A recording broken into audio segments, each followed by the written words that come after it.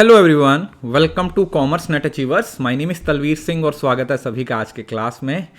ये हमारी सीरीज़ चल रही है डेली वन क्वेश्चन की, जिसको आप बहुत सारा प्यार दे रहे हो। तो मैं इस सीरीज़ को लगातार कंटिन्यू कर रहा हूँ। तो हम 27 नंबर क्वेश्चन पे पहुंच चुके हैं। अभी हम एक फैलेसीज की सीरीज़ चला रहे हैं, क्योंकि आप लोगों ने देखा होगा इस बार के पेपर में या पिछले बार के पेपर में भी जो फैलेसीज हैं वहाँ से बहुत सारे क्वेश्चन हैं वो आपसे पेपर में पूछे गए हैं। तो उसी को कंटिन्यू करते हुए आज हम अगला क्वेश्चन समझेंगे। उसके साथ साथ अगर आप चैनल पर पहली बार आए हो तो सब्सक्राइब कर लेना, ताकि जो भी मैं वीडियो अपलोड करूँ उसकी नोटिफिकेशन आपको सबसे पहले मिले। 1 मई से हम 2023 के जो PYQ हैं उसकी सीरीज़, एक अच्छी धमाकेदार सीरीज़ है वो आप लोगों के लिए लेके आने वाले हैं, जिसके अंदर 2023 के जो सारे क्वेश्चंस हैं उसको डिटेल के अंदर मैं आप लोगों को सॉल्व करवाने वाला हूं। उसके साथ साथ अगर आपने अभी तक commerce net achievers Telegram channel को ज्वाइन नहीं किया तो उसको ज्वाइन कर लीजिए, क्योंकि यहाँ पर आपको सारी क्लासेस की PDF नोट्स हैं वो फ्री ऑफ कॉस्ट मिल जाते हैं। तो जितनी भी PDFs वगैरह हैं वो सारी आपको commerce net achievers Telegram channel पर मिलने वाली है। अनअकैडमी पे नंबर 1 एजुकेटर हूं, तो आप अनअकैडमी पे मुझे जरूर फॉलो कर लीजिए। इस बार भी हमारा AIR1 ऑल इंडिया रैंक 1 है, वो तनु है, वो हमारे बैच से थी, मेरे से ही पढ़ रही थी। तो अगर आप भी चाहते हो कि आपकी भी प्रिपरेशन अच्छी हो जाए, अच्छा स्कोर आए, तो उसके लिए आप मुझे अनअकैडमी पे फॉलो कर सकते हो। क्योंकि इस टाइम पे अनअकैडमी पे एक बहुत अच्छा ऑफर भी चल रहा है।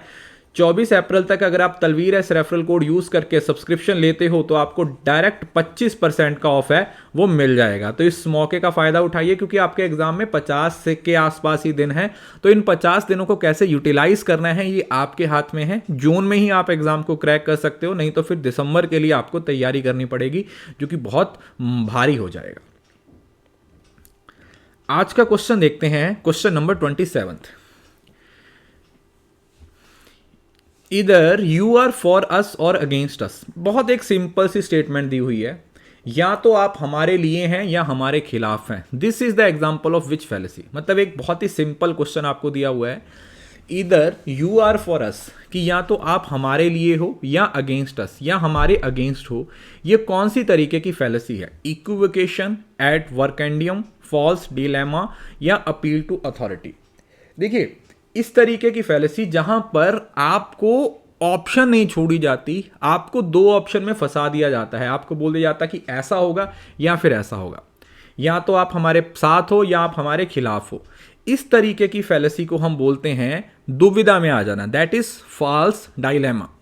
फॉल्स डायलेमा का मतलब होता है कि जब आपके पास और ऑप्शंस तो अवेलेबल हैं, समझ रहे हो ना, आपके पास और ऑप्शंस तो अवेलेबल हैं कि आप ये भी कर सकते हो, आप वो भी कर सकते हो, लेकिन आपकी जो थिंकिंग है, जो आपकी परसेप्शन है, वो सिर्फ और सिर्फ 2 सिचुएशंस पे ही आके क्या हो चुकी है, रुक चुकी है। तो फॉल्स डायलेमा का मतलब ये होता है कि हमारे पास ऑप्शंस तो बहुत सारी हैं, लेकिन हम कहीं ना कहीं फंस चुके हैं इन 2 ऑप्शंस में, और हमें लगता है कि इन 2 ऑप्शंस के अलावा तो इस दुनिया में कोई ऑप्शन ही नहीं है और कुछ हो ही नहीं सकता। तो फॉल्स डायलेमा मतलब you are either with us और अगेंस्ट अस। मतलब the false dilemma fallacy occurs when a limited number of choices, outcome और views are presented as only option when in fact more option exist. मतलब जब हमारे पास काफ़ी सारी options exist करती हैं, लेकिन आप सिर्फ 2 ही ऑप्शंस में फंस के रह जाते हो।